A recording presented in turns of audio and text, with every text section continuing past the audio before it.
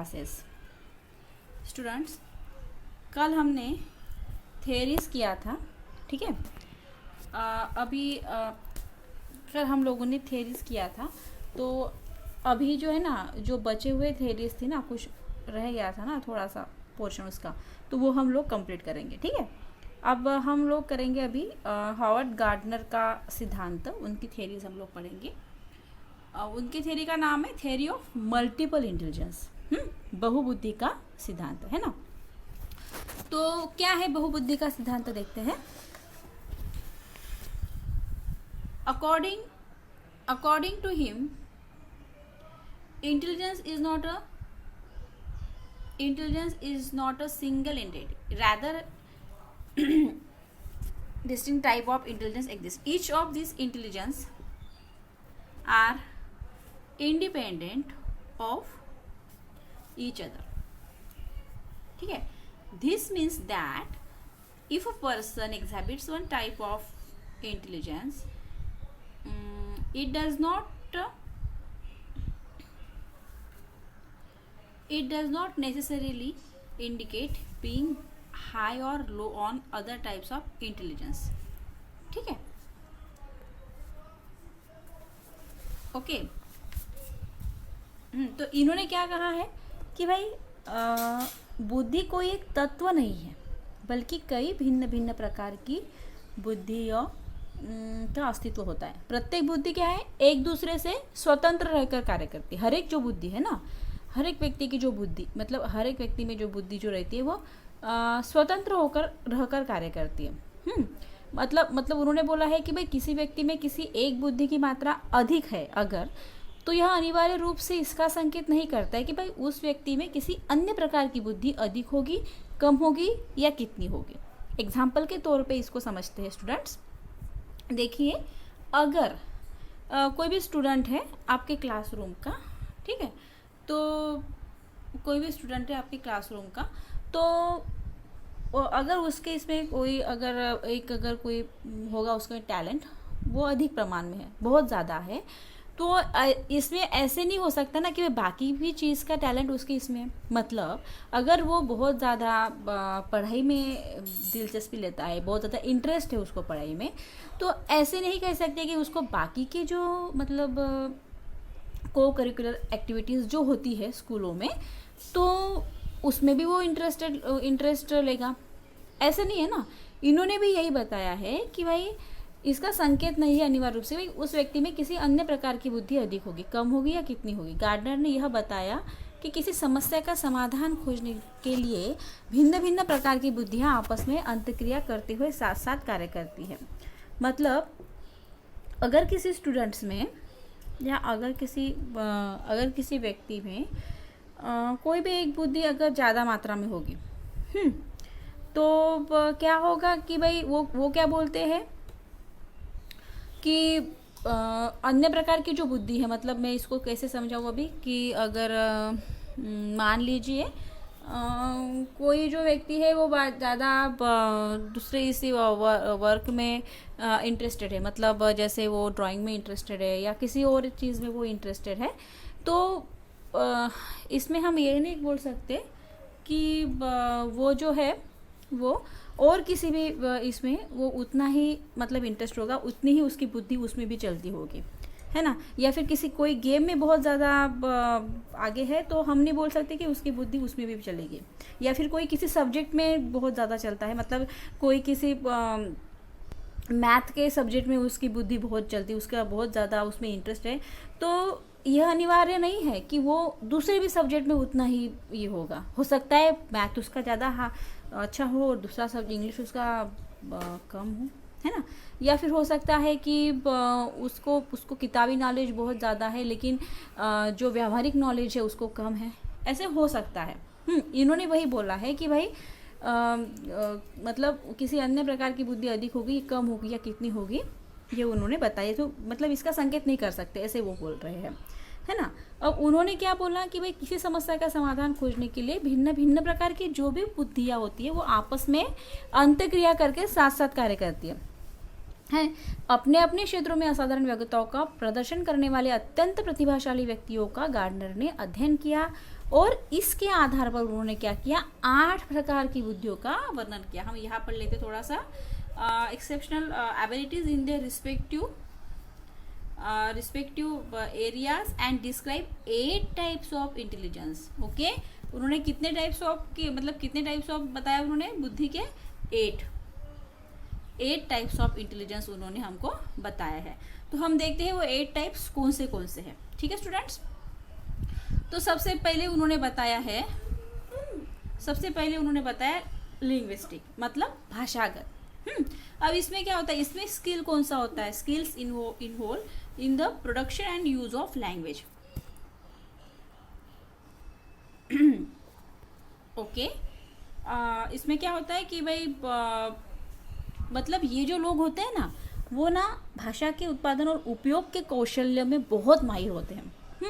अब ये क्या करते हैं, it is the capacity to use language fluently and flexibly to express one's thinking and understand others. मतलब इन लोगों में विचारों को प्रकट करने तथा दूसरे व्यक्तियों के विचारों को समझने हेतु प्रवाह तथा नम्रता के साथ भाषा का ये उपयोग करते हैं। मतलब क्या हुआ इसका, कि ये लोग क्या होते हैं कि अपने विचारों को कुछ इस तरीके से प्रकट करते हैं ना कि मतलब उसमें वो क्वालिटी रहती है उन लोगों में, शब्द कुशल होते हैं वो, उनको मतलब कैसे सिचुएशन में क्या लैंग्वेज का यूज़ करके कैसे ये करना चाहिए उनको बहुत समझ में आ जाता है, वो झट से ये काम कर देते हैं।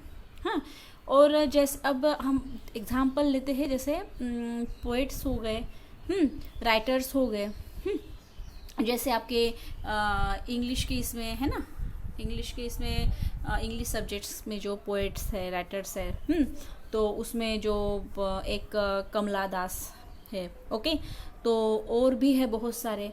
तो आप देख सकते हो कि वो जो कमला दास, उन्होंने कैसे तरीके से अपनी मम्मी का जो उन्होंने डिस्क्राइब किया है मम्मी को कि भाई ऐसे उनके चेहरे के फेस के रीडिंग करके कैसे उन्होंने बताया है।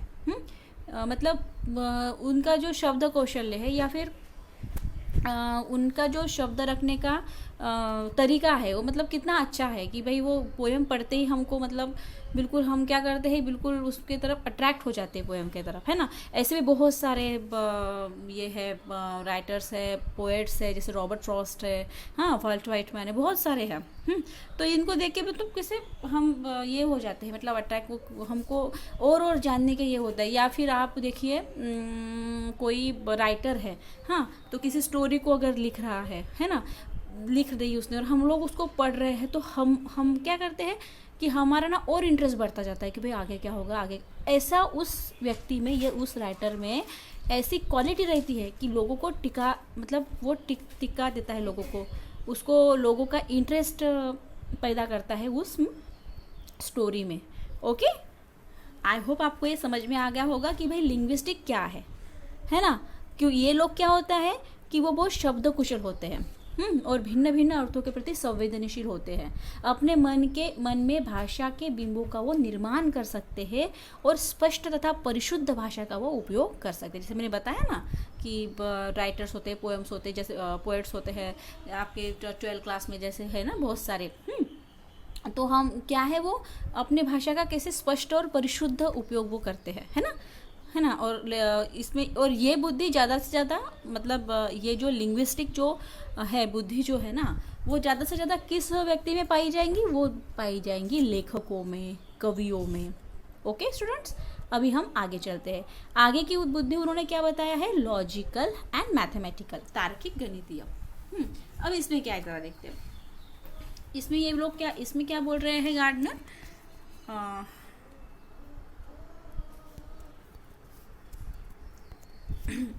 ओके, इसमें क्या बोल रहे हैं कि person high on this type of intelligence can think logically and critically. They engage in abstract reasoning and can manipulate symbols to solve mathematical problems. Scientists, Nobel Prize winners are likely to be strong in this component. Okay? मतलब ये क्या होते हैं कि इस प्रकार की जो बुद्धि रखने वाले लोग होते हैं ना, वो क्या करते हैं, तार्किक तथा आलोचनात्मक चिंतन कर सकते हैं। ओके, बहुत ज़्यादा वो लॉजिकल ऐसे सोचते हैं। वे क्या करते हैं, अमूर्त तर्क ना कर सकते हैं, गणितीय समस्या को झट से सॉल्व कर देते हैं। बहुत सारे आपने देखे होंगे, स्टूडेंट्स भी देखे होंगे आपने अपने क्लासरूम में, को क्या क्या करते हैं कि जैसे इधर अगर टीचर सॉल्व कर रहे हैं ना, कोई भी मैथ का क्वेश्चन अगर इधर वो ये स्टार्ट कर रहे हैं, मतलब सॉल्व कर रहे हैं, तो इधर इस लड़के का क्या होता है, वो झट से वो आंसर निकल जाता है। ऐसे मैं मतलब आपको एक एग्जांपल दूँ तो मैं बोल रही थी कि भाई वो जो गणितीय समस्याओं को हल करने में उन लोगों का मतलब अलग ही उसमें ये होता है, वो झट से सॉल्व कर देते हैं। जैसे मैं आपको एग्जांपल के तौर पे बता देती हूँ, मेरे ट्यूशन क्लास का एक बच्चा है, उसका नेम प्रवीण है। अब वो क्या करता है पता है आप लोगों को, जैसे मैं इधर पे अगर मैथ का अगर कोई भी अगर क्वेश्चन यहाँ पे डाल दूँ, वो क्या करता है, मेरा आंसर निकलने से पहले झट से उसका आंसर निकल जाता है। मतलब ये उसमें क्वालिटी है। हाँ, और बाकी और वो अकेला है, मतलब 10 बच्चों की अगर बैच है तो वो अकेला है कि वो ऐसे करता है, मेरा आंसर निकलने से पहले उसका आंसर निकल जाता है ना। तो उसके अंदर वो क्वालिटी है कि वो झट से वो चीज़ समझ लेता है, और झट से वो मतलब उसका हल निकाल देता है। तो अब हम क्या बोलेंगे कि उसमें क्या है, उसमें एक कौशल है, तार्किक गणितीय का मतलब लॉजिकल मैथमेटिक्स का उसमें क्या है, कौशल है। वो ना झट से वो चीज़ हल कर देता है, उसको सॉल्व कर देता है। और अब ये प्रकार की जो क्वालिटीज़ है वो किस लोगों में पाई जाती है, वैज्ञानिकों तथा नोबेल पुरस्कार विजेताओं जो है ना, उनमें ये क्वालिटी बहुत ज़्यादा मात्रा में पाई जाती है। ठीक है बच्चों, अब आगे चलेंगे। आगे क्या है, देशिक। अब इसमें क्या है, इसमें है कि it refers to the ability involve in forming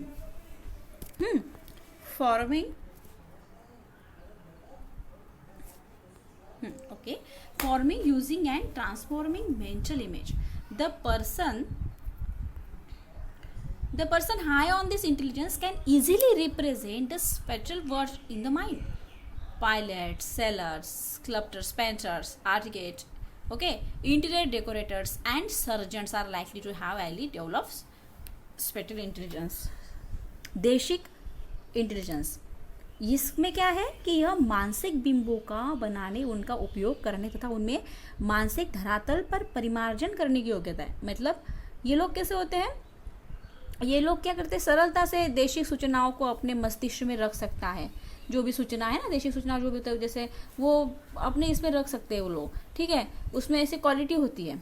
जैसे विमान चालक है, नाविक है, मूर्तिकार है, चित्रकार है, वास्तुकार है, शल्य चिकित्सक है, वो लोग क्या है पता है, वो क्या करते हैं कि जैसे भी वो जो कोई भी सूचना हो ना अपने मस्तिष्क में वो रख सकते हैं, उनमें उसके अंदर वो क्वालिटी रहती है। मतलब ये लोग क्या होते हैं, दृश्य बिंब तथा प्रतिरूप निर्माण के कौशल्य में ये लोग माहिर होते हैं। जैसे आप देख सकते हो चित्रकार है ना, तो चित्रकार वो क्या होता है कि झट से मतलब उसको कोई भी बोलो वो निकाल देगा, चित्र निकाल देगा। जैसे मैंने आपको बताया था पिछले वीडियो में, जो मेरी क्लास की एक लड़की है तेजस्विनी, मैंने उसके बारे में आपको बताया था। तो वो क्या करती है, वो बहुत ज़्यादा माहिर है चित्र निकालने में, बहुत इंटरेस्ट है उसको। कोई भी अगर आप उसको एक सब्जेक्ट दे दोगे ना, तो वो झट से उसका मतलब निकाल देगी, और इतना अच्छा निकालती है ना कि बस मतलब आप देखते रह जाओगे। उसमें क्वालिटी है, ये उसमें क्वालिटी है, वो दृश्य बिंब तथा प्रतिरूप निर्माण के कौशल्य के, हम बोल सकते हैं कि उसमें ये कौशल्य है। ओके, आगे देखते हैं स्टूडेंट्स। हाँ, आगे है म्यूजिकल। अब म्यूजिकल में क्या है देखते हैं उसको, संगीतात्मक। अब ये क्या है कि भाई it is the capacity to produce, create and manipulate musical patterns. Person high on this intelligence are very sensitive to sounds and vibrations and in creating new patterns of sound. मतलब ये जो लोग होते हैं ये बहुत ज़्यादा म्यूज़िक के प्रति बहुत वो संवेदनशील रहते हैं, बहुत उनको बहुत इंटरेस्ट रहता है। सांगीतिक अभिरचनाओं को उत्पन्न करने तथा उनका सर्जन तथा प्रहस्तन करने की क्षमता सांगीतिक योग्यता वो कहलाती है। इस बुद्धि के लोग क्या कहते हैं, ये क्या करते हैं स्टूडेंट्स, इनको ना ध्वनियों और स्पंदनों तथा ध्वनियों की नई अभिरचनाओं के सर्जन के प्रति वो बहुत संवेदनशील, बहुत ज़्यादा इंटरेस्ट रहता है उनको म्यूज़िक करने में। और आप देखते हैं जैसे डायरेक्टर्स है, बहुत सारे सिंगर्स है ना। एग्जाम्पल जो है आप डायरेक्टर सिंगर्स इन लोगों का आप ले सकते हैं, ठीक है। उसके बाद शारीरिक गति संवेदी, मतलब बॉडीली, इसको हम देखेंगे थोड़ा सा। इसमें क्या है कि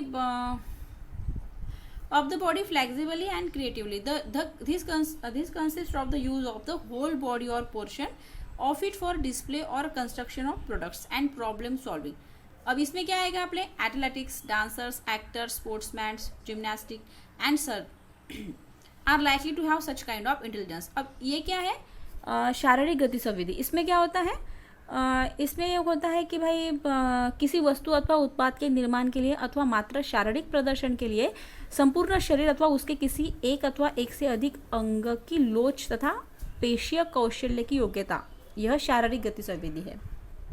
अब इसमें कौन कौन है, इसमें धावक आते हैं, नर्तकों आती है, अभिनेता आती है, अभिनेत्रियाँ आती है, खिलाड़ी आती है, जिम्नास्टो आते हैं, ओके, शल्य चिकित्सक भी इसमें आते हैं। आप लोग देख सकते हो कि शारीरिक गति संवेदी वाली जो लोग होते हैं ना, बहुत ज़्यादा एक्टिव रहते हैं, है ना। जैसे नर्तक अगर हम देंगे, डांसर्स हम देखें कैसे होते, किस तरीके से स्टेप करते, किस तरीके से उनके बॉडी की मूवमेंट होती है ना। और जो एक्टर्स होते हैं वो, उनको आप देखें, वो एक्टर्स अगर आप देखेंगे तो वो एक्टर्स कैसे हैं, एक्टर्स अगर आप देखेंगे ना तो वो कैसे किस तरीके से एक्टिंग करते हैं, किस तरीके से हम उसमें इंटरेस्ट हमारा हो जाता है।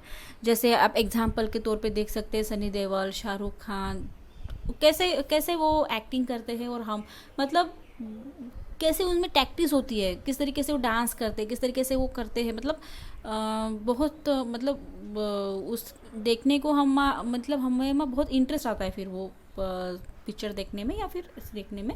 जैसे आप देख सकते हो कि बहुत सारे ऐसे हैं, जैसे अपने क्या नाम है मैं भूल गई उसका, वो डांस वाले जो प्रोग्राम्स रहते हैं ना, क्या है उसको, I think dance India dance ऐसे कुछ है, मैं तो इतना देखती नहीं हूँ, डांस इंडिया डांस ऐसे कुछ है। तो वो देखो आप, उसमें वो मतलब बच्चे जो है ना वो कैसे ये है मतलब कैसे डांस करते हैं, कैसे स्टेप है, छोटे छोटे बच्चे करते हैं डांस।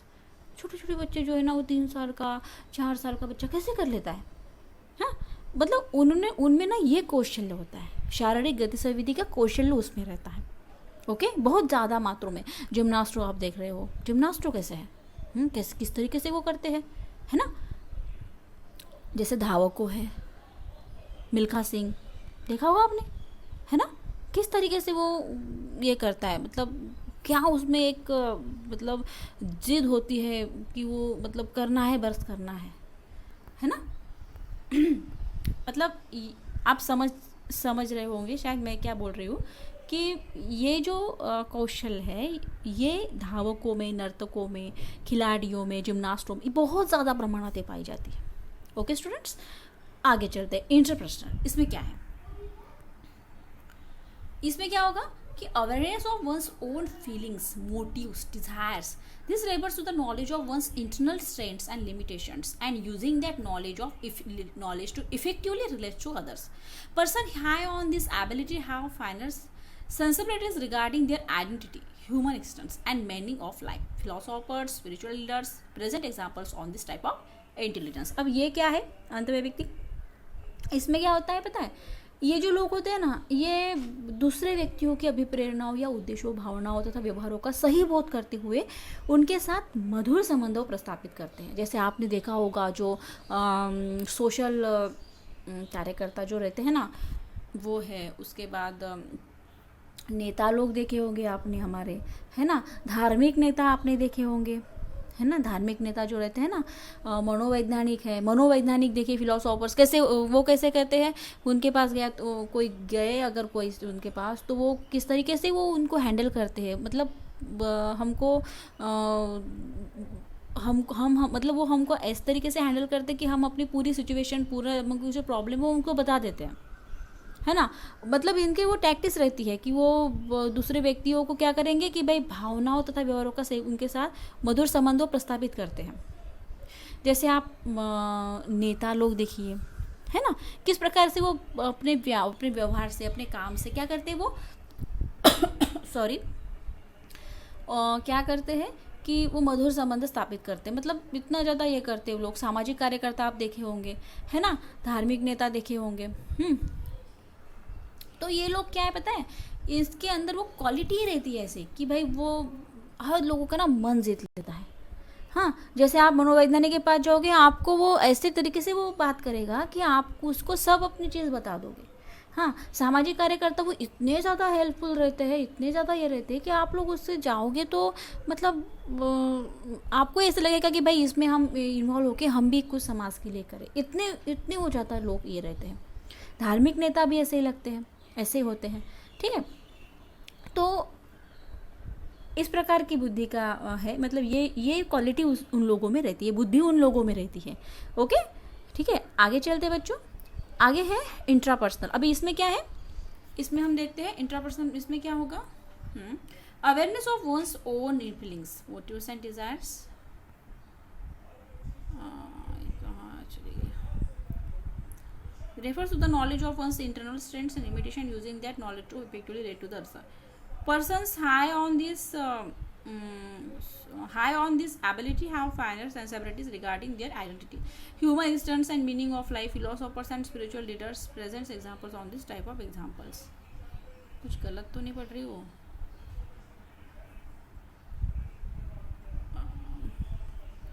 ओके, देखते हैं इसको। ये इसमें क्या है, आई थिंक मैं थोड़ा गलत पढ़ लिया, तो ठीक है देखती हूँ मैं, इसमें आपको मीनिंग समझा देती हूँ थोड़ा सा।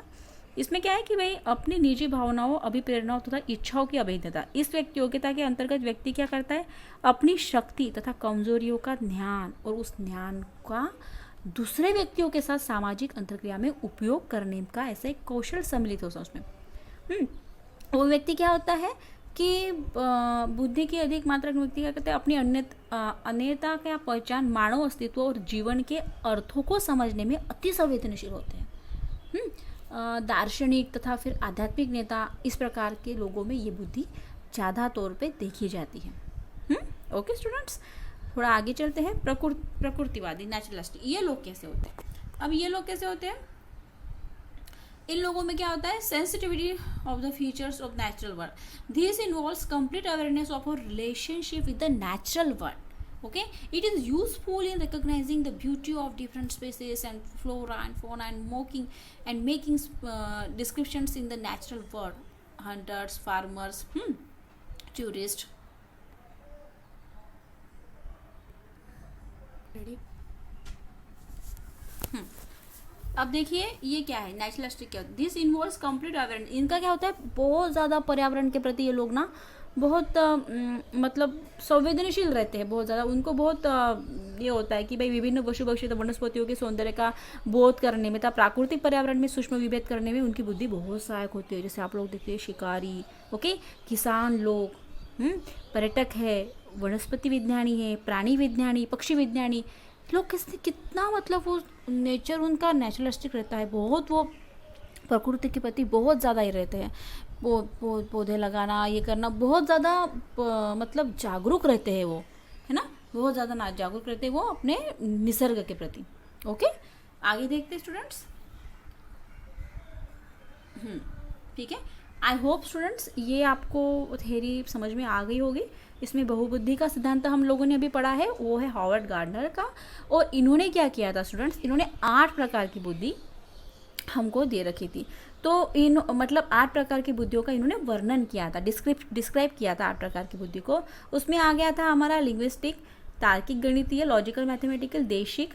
उसके बाद उसमें आ गया था हमारा म्यूजिकल, ओके। उसके बाद शारीरिक गति संवेदी, इंट्रापर्सनल एंड नेचुरलिस्टिक, प्रकृतिवादी। ठीक है स्टूडेंट्स, अब हम आगे चलते हैं। आगे है रॉबर्ट स्टर्नबर्ग। इनका है इनका है त्रिचापीय सिद्धांत। इनका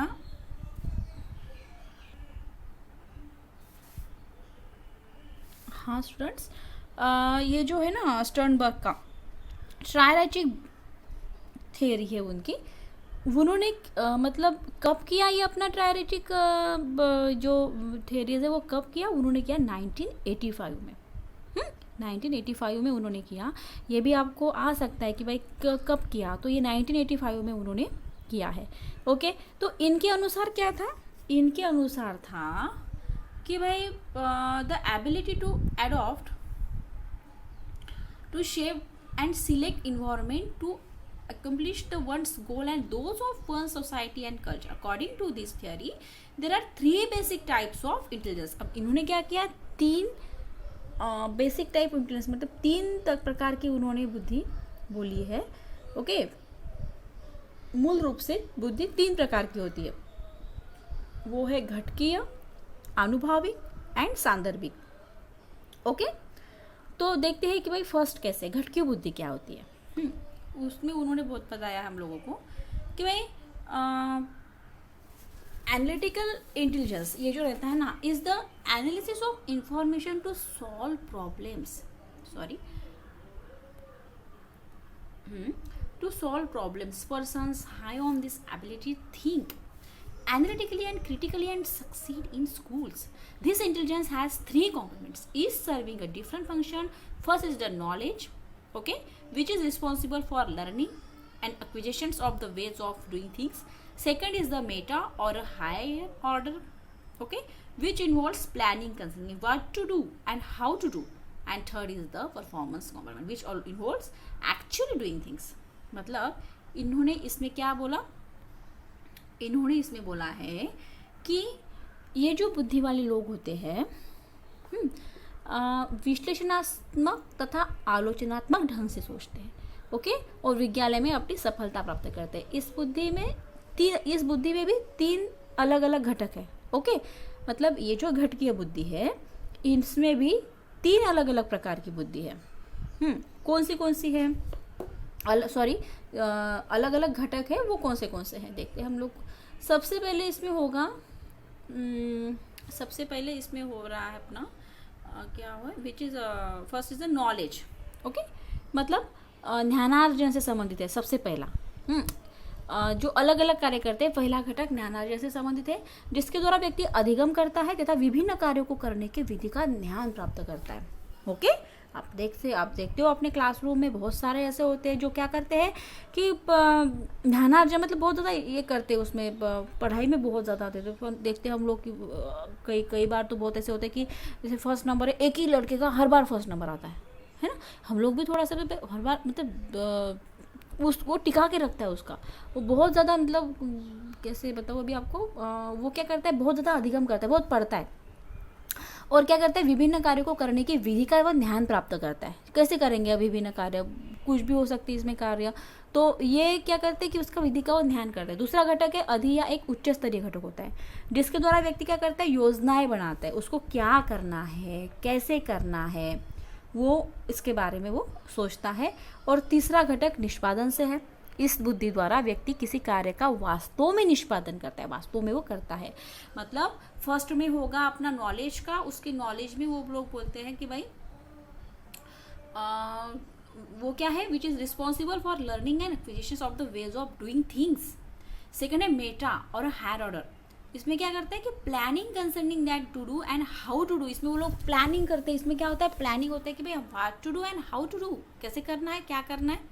okay, and third is the performance component, मतलब कार्य निष्पादन, मतलब एक्चुअली वो लोग इसमें कार्य करते हैं. ऐसे वो घटकीय बुद्धि वाले लोग होते हैं. घटकीय बुद्धि में ये 3 प्रकार की, घटकीय बुद्धि में ये 3 अलग अलग प्रकार की बुद्धि का इन्होंने वर्णन किया है. ओके, आगे चलते हैं. आनुभाविक बुद्धि, एक्सपेरिमेंटल इंटेलिजेंस. इसमें क्या है, एक्सपेरिमेंटल और creative intelligence is involved in using past experiences creatively to solve novel problems. It is reflected in creative performance. Persons high on this aspect integrate different experience in any original way to make new discoveries and invention. They quickly find out which information is in a given situation. मतलब ये लोग क्या होते हैं पता है, ये लोगों में क्या होता है, ये किसी भी नई समस्या के समाधान हेतु अपने पूर्व अनुभव का वो सृजनात्मक रूप से उपयोग करता है. ये लोग यह बुद्धि होता है ना, वो बुद्धि यह बुद्धि वाले जो लोग होते हैं वह सृजनात्मक निष्पादन में प्रदर्शित होती है. इस बुद्धि की उच्च मात्रा रखने वाले लोग क्या होते हैं, विगत अनुभव को मौलिक रूप में समकालित करते. मतलब अगर इनके सामने अगर कोई समस्या अगर आ भी गई तो वो अपने जो विगत अनुभव है, जो अपने पहले आए हुए अनुभव है, उसका उस रूप में क्या करते हैं, समस्या में वो लोग उपयोग करते हैं. और मौलिक समाधान खोजते हुए आविष्कार करते हैं। किसी विशेष स्थिति में वे तुरंत समझ जाते हैं कि कौन सी सूचना अधिक निर्णायक होगी। कोई भी अगर सिचुएशन उनके सामने खड़ी हो गई तो वो लोग क्या करते हैं, अधिक मतलब वो तुरंत समझ जाते हैं कि भाई क्या करना है सॉरी, कौन सी सूचना अधिक निर्णायक होगी, वो समझ जाते हैं। ये एक्सपेरिमेंटल इंटेलिजेंस वाले लोग होते हैं, आनुभविक बुद्धि। ओके, एंड देन सांदर्भिक बुद्धि। इसमें क्या है,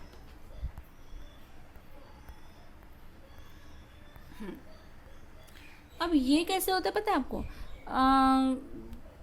इसमें क्या होता है कि the ability to deal with environmental demands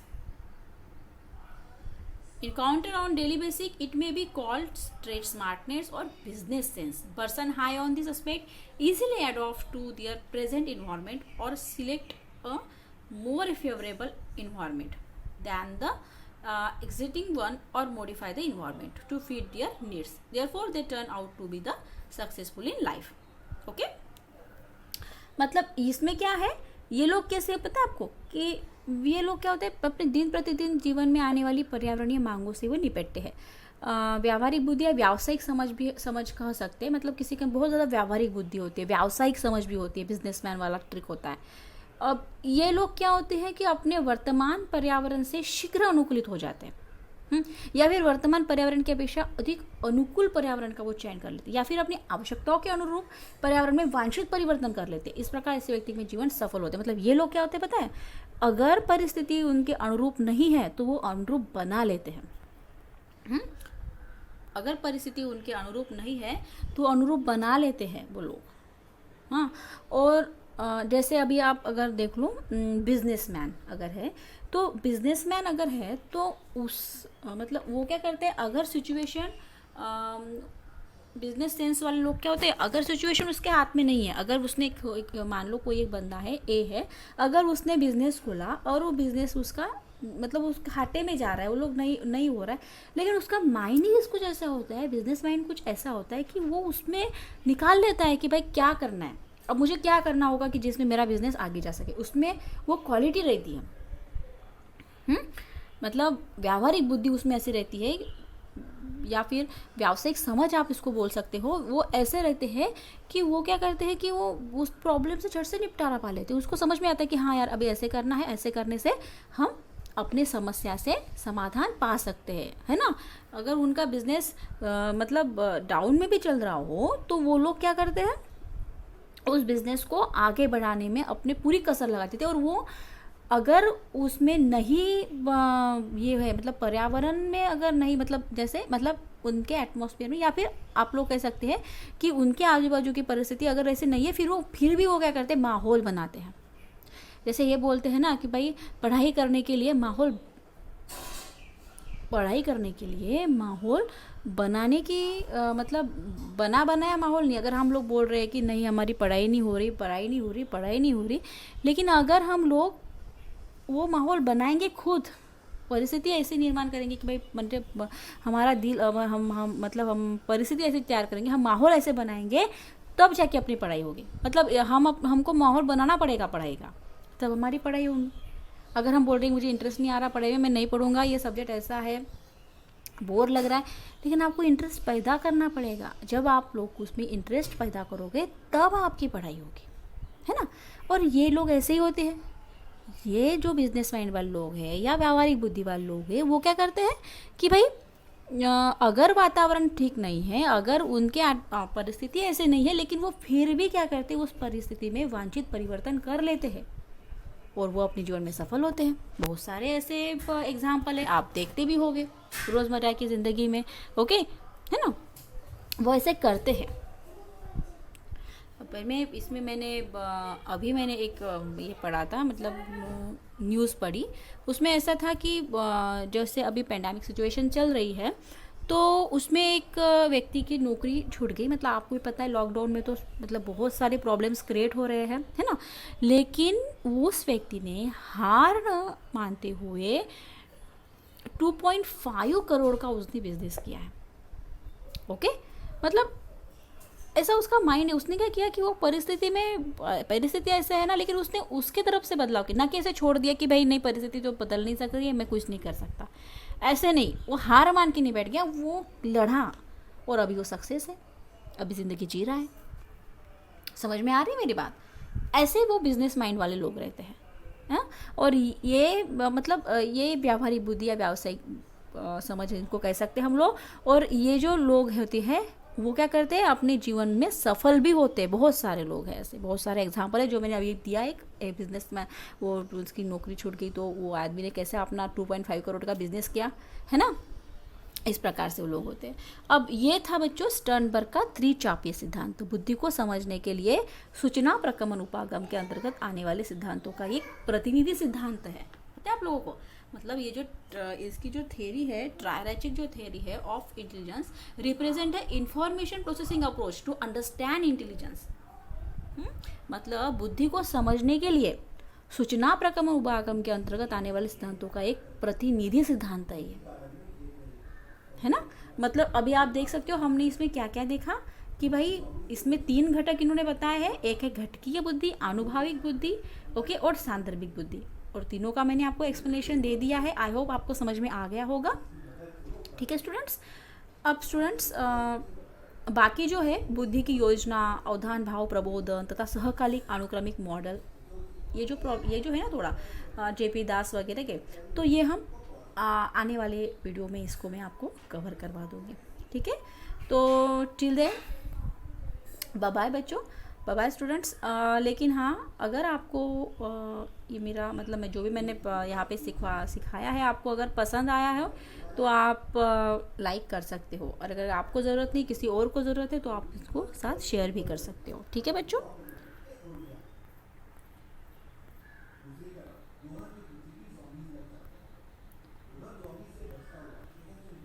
हाँ ठीक है बच्चों। और देखिए ये अभी हमारा स्टर्नबर्ग इतना हो गया है। हम आगे अभी आने वाली वीडियो में प्लानिंग, अटेंशन, अरोजल वगैरह ये देखेंगे। ओके। और आपको अगर हैंड रिटन नोट्स किसी को चाहिए होगा तो आप, मेरा डिस्क्रिप्शन में नंबर है, आप उस पर कॉल कर सकते हो। ठीक है, टिल देन बाय बाय बच्चों।